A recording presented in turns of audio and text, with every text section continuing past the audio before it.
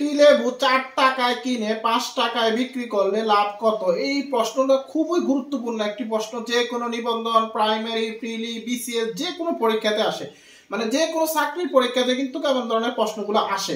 হয়তো সংখ্যাগুলো একটু এদিক সেদিক থাকে, যেখানে এখানে 3 টাকা 2 থাকে, 2 টাকা 5 থাকে, এরকম থাকে, কিন্তু এই প্রশ্নগুলো খুবই গুরুত্বপূর্ণ, যে কোনো পরীক্ষাতে আসে। যেমন এই 13তম শিক্ষক নিবন্ধন পরীক্ষাতে এই প্রশ্নটি আসছিল। এখানে যেহেতু প্রশ্নে বলা আছে একটি লেবু 4 টাকায় কিনে 5 টাকায় বিক্রি করলে লাভ কত পার্সেন্ট, ঠিক আছে?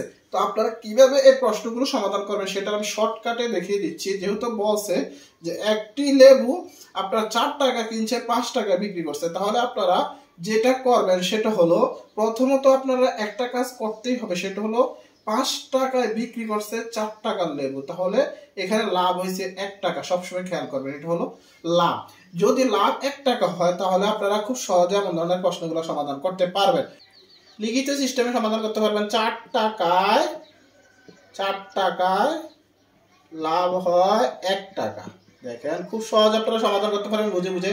এবার দেখেন 1 টাকা লাভ কম হবে না বেশি হবে?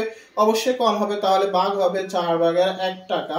এবার দেখেন 100 টাকা, যেহেতু আমরা এটা পার্সেন্টেজ অঙ্ক, অবশ্যই 100 টাকায় নির্ধারণ করতে হবে। 100 টাকায় লাভ কম হবে না বেশি হবে? অবশ্যই বেশি হবে, তাহলে গুণ হবে। তাহলে 4 1 ইন্টু 100 কাটাকাটি করলে সমাধান চলে আসবে, 7 দিয়ে 100 কাটাকাটি করলে হয় 25। এবার সমান সমান দেখেন 25%। খুব সহজে আপনারা এমন ধরনের অঙ্কগুলো সমাধান করতে পারবেন।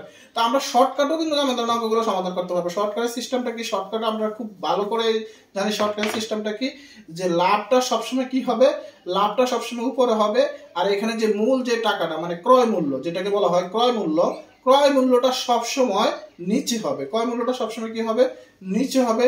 লাভটা উপরে হবে ইন্টু 100%। ইন্টু 100% বলতে আমরা এখানে দিই, এখানে দিলে হবে, কারণ এটা উপরের অংশ। এবার কাটাকাটি করলে সমাধান চলে আসে, 4 দিয়ে যদি 100 কাটাকাটি করেন তাহলে 25%। তার মানে লাভ হলো সমান সমান কত? 25%। এইভাবে আপনারা খুব সহজে সমাধান করতে পারবেন। তবে বুঝে বুঝে যদি এমন অঙ্কগুলো সমাধান করেন তাহলে আপনারা খুব সহজে এমন ধরনের অঙ্কগুলো সমাধান করতে পারবেন এবং বুঝতে পারবেন। লিখিত পর্যায়ে পরীক্ষাগুলোতে যদি আসে প্রশ্নগুলো তাহলেও সমাধান করতে পারবেন।